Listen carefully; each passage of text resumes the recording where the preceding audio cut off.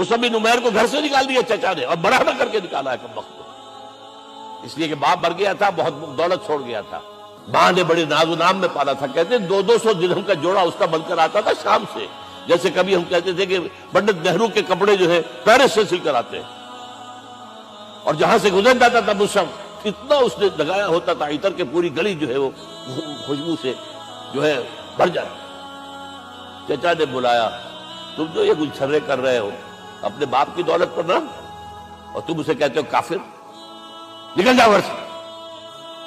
وہ چلنے لگے، یہ واز اے ٹین ایجر، چلنے لگے۔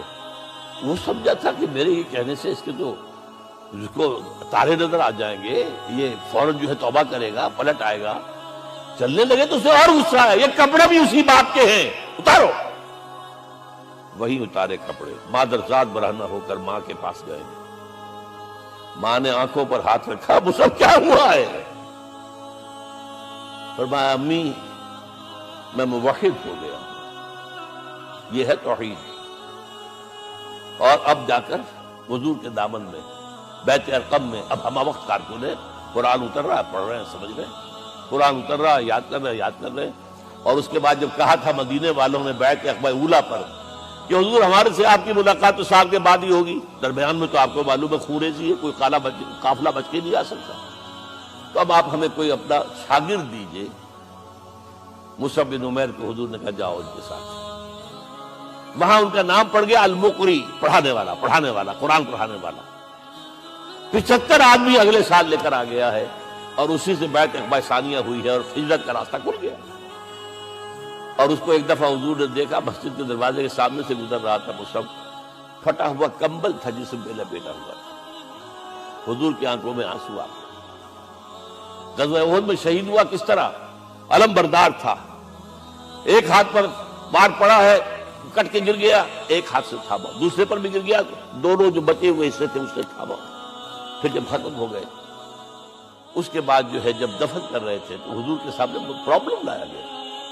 مصعب کے جسم پر تو کوئی کپڑا ہی نہیں تھا سوائے ایک چادر کی، ایک دھوتی، اللہ کا قسم۔ اور شہید کا کفن ہوتا ہے اس کا اپنا لباس۔ حضور وہ اتنا چھوٹی ہے وہ چادر کہ پاؤں ڈھانپتے ہیں تو سر کھل جاتا ہے، سر ڈھانپتے ہیں تو پاؤں کھل جاتے ہیں۔ فرمایا سر کو ڈھانپ دو کپڑے سے اور پیروں پر گھاس ڈال دو۔ That was the last dress which Musab got۔ تو یہ لوگ جو تھے محمد رسول اللہ والذین معہ، یہ ساتھی حضور کے، جنہوں نے حضور کے مشن میں آپ کا ساتھ دیا۔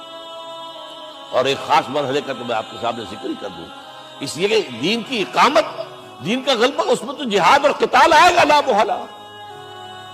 Nobody is going to allow you to change the system۔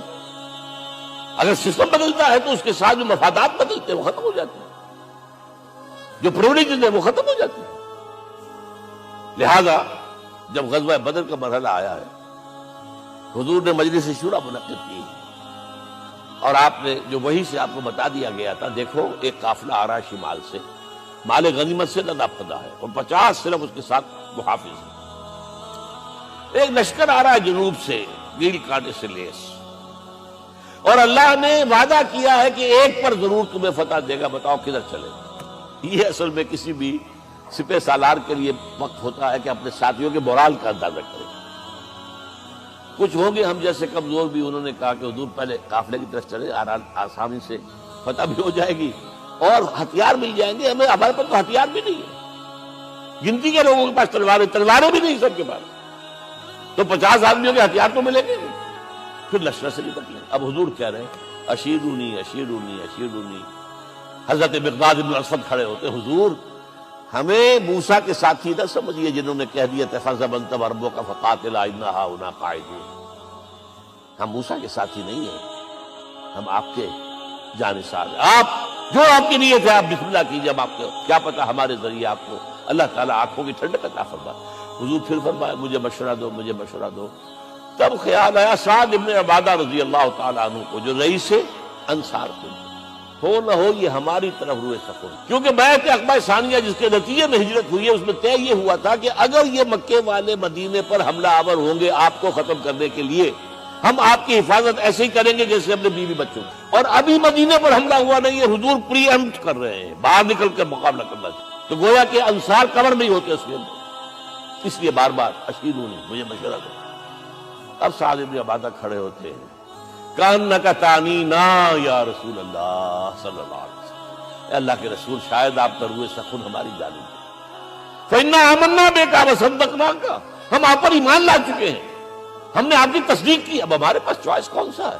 اگر آپ آگے چلیں ہم پیچھے چلیں گے، اگر برق الغماد تک پہنچیں گے ہم اپنی اونٹنیوں کو دبلا کر دیں گے، یمن کا آخری شہر جو ہے برق الغماد، اور اگر آپ ساحل سمندر پر کھڑے ہو کر اپنی سواری سمندر میں ڈالیں گے ہم بھی ڈالیں گے۔